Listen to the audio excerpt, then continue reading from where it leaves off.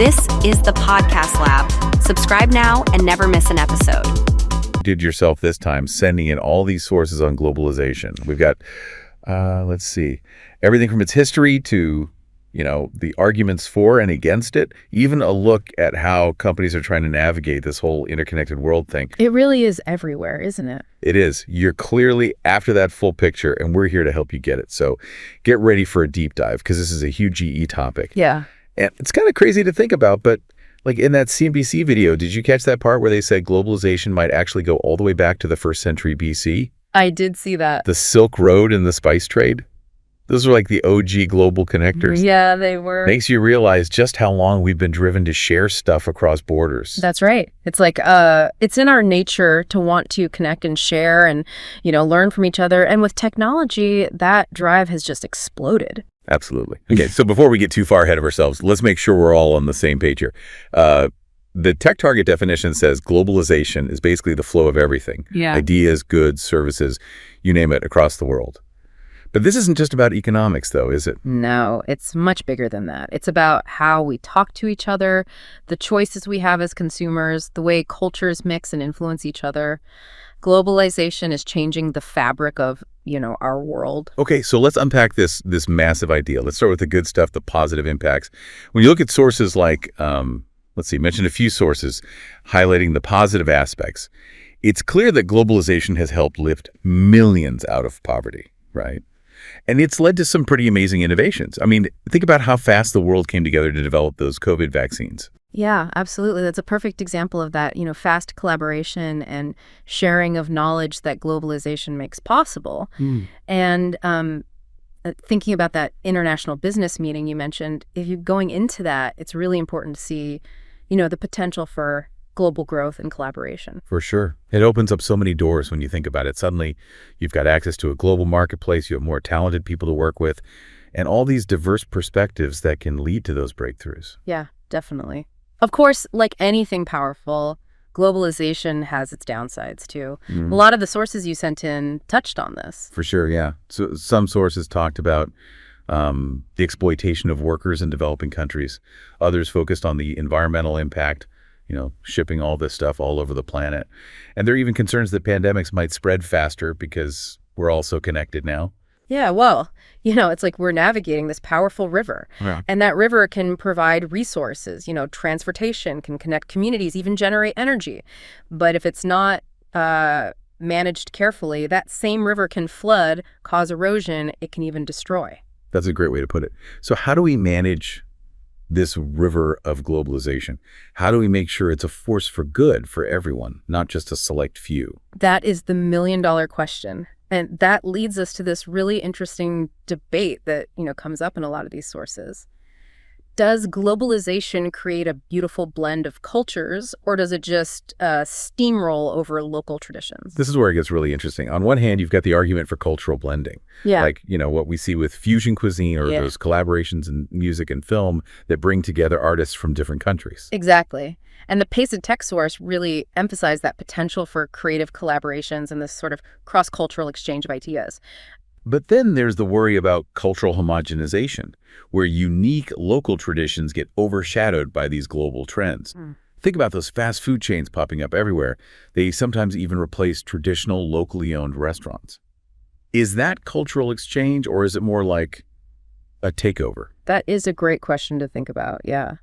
Does globalization lead to this richer tapestry of cultures, or does it flatten cultural diversity? It's something to really consider, especially when working in an international environment.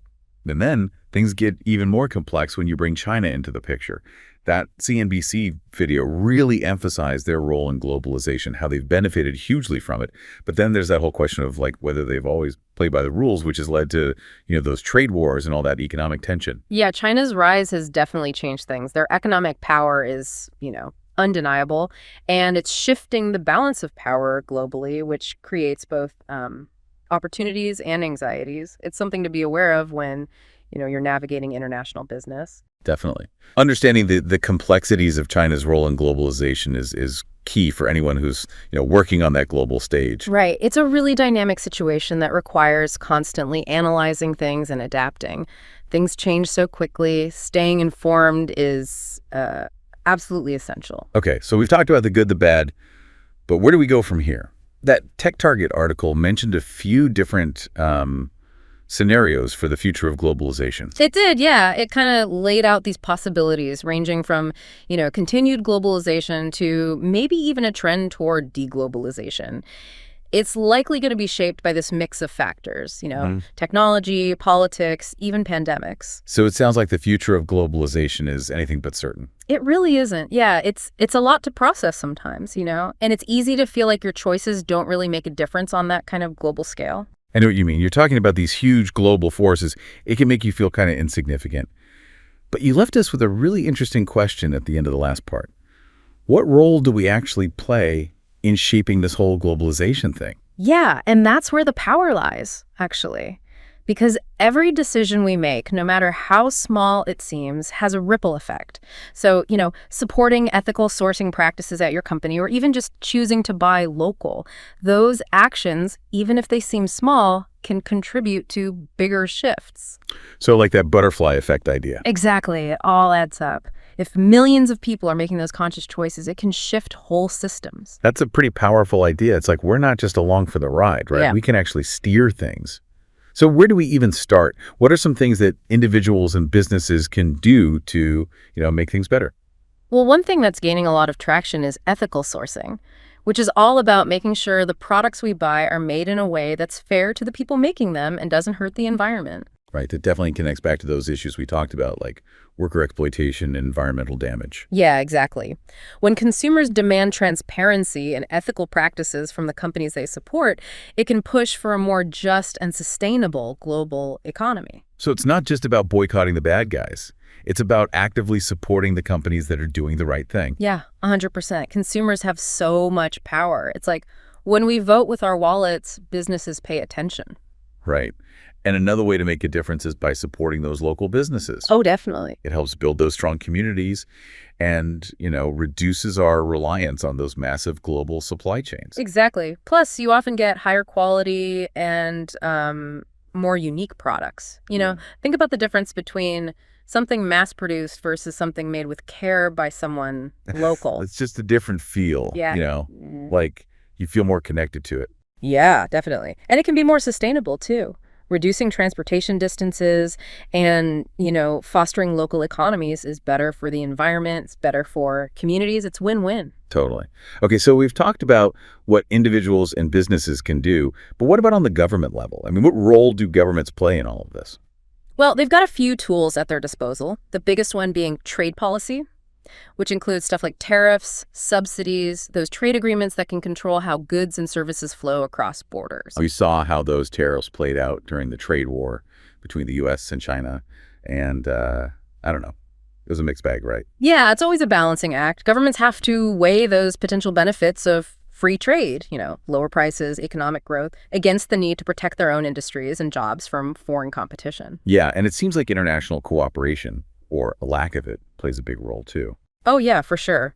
Organizations like the WTO and the IMF are supposed to encourage global cooperation and stability, but they've also been criticized for being dominated by the big, powerful countries, often at the expense of those developing nations. Right. So it's like those institutions have the potential to do a lot of good, but they're not perfect. There's always room for improvement. It just shows that there's no easy answer when it comes to globalization. It requires a lot of different approaches with everyone, individuals, businesses, governments, working together. Yeah, exactly. It's not a one-size-fits-all situation. We also need to be adaptable. This whole landscape is constantly changing, and we need to be open to new ideas and learn from our mistakes. Speaking of mistakes, the pandemic really exposed just how fragile those global supply chains can be. Yeah, it did. All those shortages, remember. The toilet paper, the computer chips, all of a sudden we couldn't get anything. It showed how vulnerable we are when borders shut down and those networks get disrupted. Yeah, it was definitely a wake-up call, and a lot of companies are rethinking their strategies because of it. It makes you wonder if this is the start of, a move away from globalization. It makes you wonder, yeah. But then what about the challenges of deglobalization? Oh, that's a whole other conversation. What kind of challenges were we talking about? Well, one thing is It could mean higher prices. If companies can't get materials and labor from the cheapest sources, those costs get passed on to the consumer. Plus, it could slow down innovation if those, cross-border collaborations dry up. So it's like we're trying to find that sweet spot, balancing the benefits of global interconnectedness with the need for like resilience and fairness. Exactly. It's like walking a tightrope, enjoying those benefits of a globalized world, but without falling into those traps of exploitation and instability. That's actually a great way to sum up why we're doing this deep dive. To help you, the listener, understand these complexities so you can engage with them in a meaningful way. Exactly. The future of globalization isn't going to be decided by governments and corporations alone. It's something we all have a stake in. Right. Okay, so we've covered a lot in this deep dive, but there's one more piece of the puzzle we need to talk about. Technology. Yes, technology. It's been the driving force, but it's always evolving. How do you see it playing into everything? I'm thinking about things like AI, blockchain, the metaverse. It's like all these new technologies are changing the game in ways we don't even fully understand yet. Yeah. So how will these affect globalization? That is a great question, and it's one we're going to explore in a lot more detail in part 3 of our deep dive. Because these technologies have the potential to both, speed up and completely reshape globalization. It's going to be interesting. So until then, think about this. As technology advances, how do we make sure it benefits everyone? How do we make sure these advancements are ethical and don't just make inequality worse? Those are important questions to think about, yeah. We'll be back soon to explore them together. All right. Welcome back to the final part of our deep dive on globalization. We've covered a lot of ground already, the history, the pros and cons, the possible paths forward.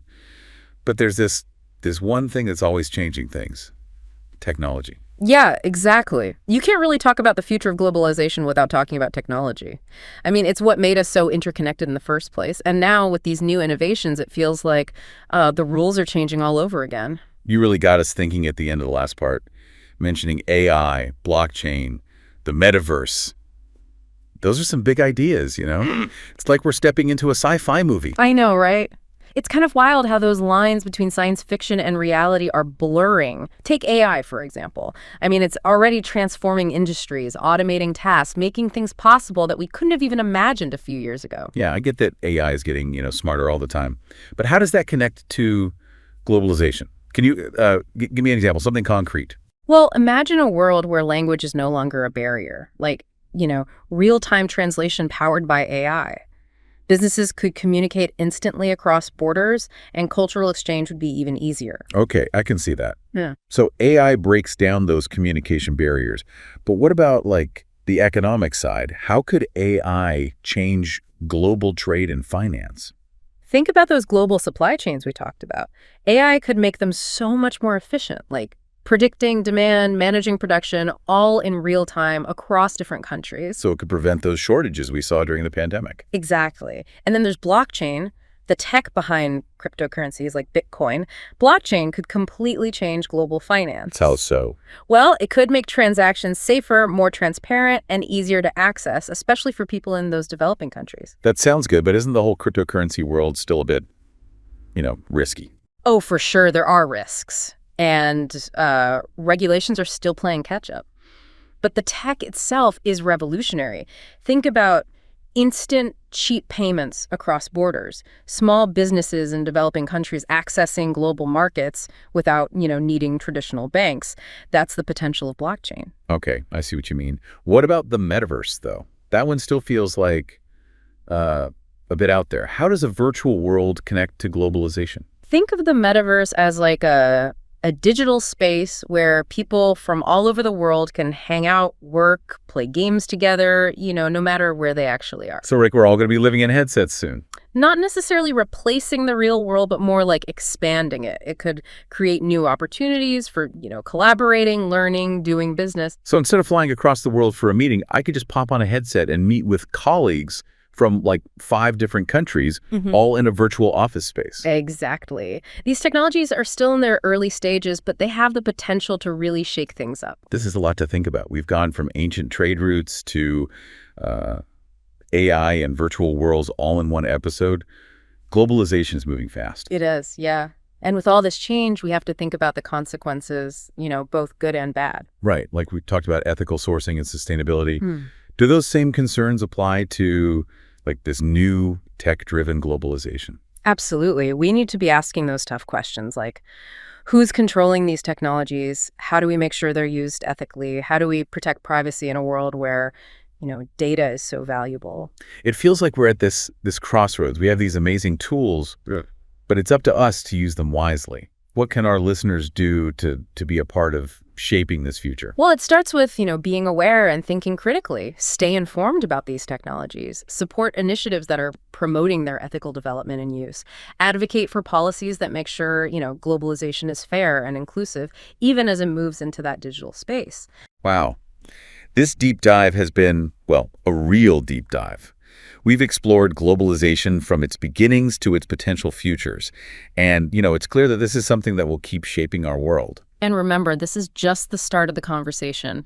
The future of globalization is being written right now, and your voice matters. So engage with these issues, ask questions, challenge those assumptions, and help create a future that benefits all of us. So well said. And with that, we'll leave you to continue exploring. Until next time, stay curious, and remember, knowledge is power.